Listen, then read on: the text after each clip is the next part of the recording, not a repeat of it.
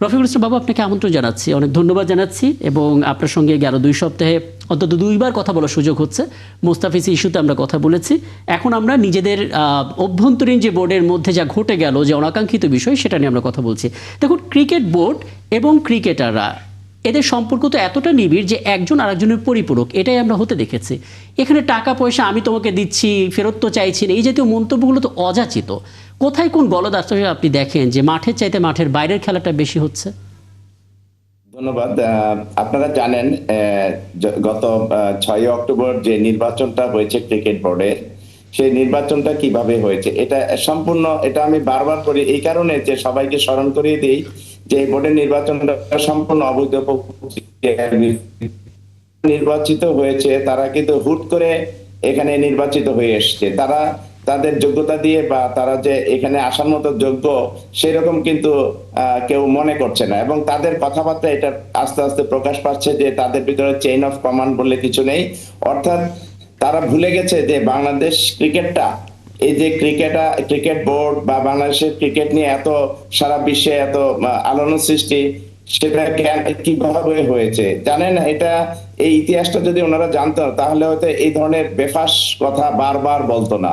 এবং এই ক্রিকেটটা কিভাবে এসছে আপনি জানেন? এই যে আমাদের একসময় আমাদের এই যে দীপু চৌধুরী, শফিকুল ইসলাম, আমাদের হীরাবাই, তারপর অনেক, তারা কিভাবে কষ্ট করে বাংলাদেশ ক্রিকেটটাকে এইভাবে নিয়ে আসছে এখানে, সেটা ওনারা ভুলে গেছেন। ওনারা এখানে বসে এমন ভাব করছেন যে একটা বিশাল কিছু হয়ে গেছেন। আসলে যে প্রক্রিয়া এসেছে সেই প্রক্রিয়াটা ছিল সম্পূর্ণ ভুল এবং অবৈধ, এবং সেই প্রক্রিয়ার মাধ্যমে তারা যে এসছে সেটার প্রমাণ বারবার রাখছে। কারণ তাদের ভিতরে যে চেইন অফ কমান্ড বলে কিছু নেই। তারা খেলোয়াড়দের যেভাবে অপমান করছে, ইনসাল্ট করছে, এটা অত্যন্ত দৃষ্টিকটু। সারা বাংলাদেশের মানুষ কিন্তু আজকে রেগে ফুঁসে উঠেছে যে তাদের কথাবার্তা এই ধরনের কেন, তারা কি কারণে এই ধরনের কথাবার্তা বলে।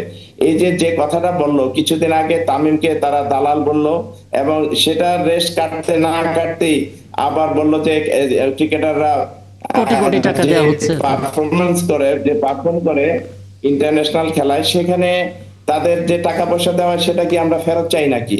এই ধরনের যে কথা, উদ্ধত্তমূলক কথা, সেটা কিন্তু আজকে সবাইকে কষ্ট দিয়েছে।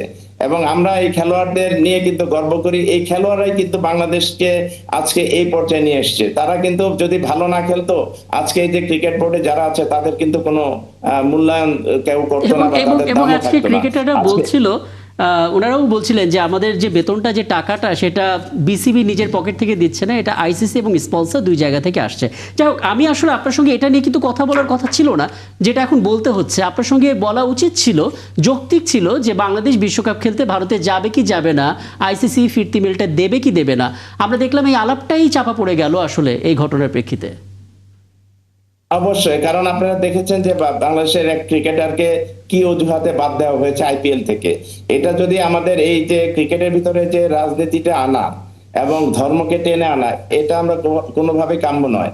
কারণ আমরা জানি যে খেলাধুলা রাজনীতির ঊর্ধ্বে থাকে, ধর্মের ঊর্ধ্বে থাকে। এখানে সব বাংলাদেশের সব ধর্মের লোকেরা কিন্তু মানে সহাবস্থান করছে, এবং তারা একে অপরের প্রতি কিন্তু সম্মান জানিয়ে বসবাস করছে। কিন্তু অপরদিকে ভারত যেটা করছে সেটা অত্যন্ত নিন্দনীয়। এটা আমরা সবাই নিন্দা জানিয়েছি মুস্তাফিজের ব্যাপারটা, এবং এটাকে কেন্দ্র করেই কিন্তু বাংলাদেশ ক্রিকেট বোর্ড এবং সরকার, ইন্টারিম গভর্নমেন্ট সিদ্ধান্ত নিয়েছে যে আমরা বিশ্বকাপ খেলতে যাব না।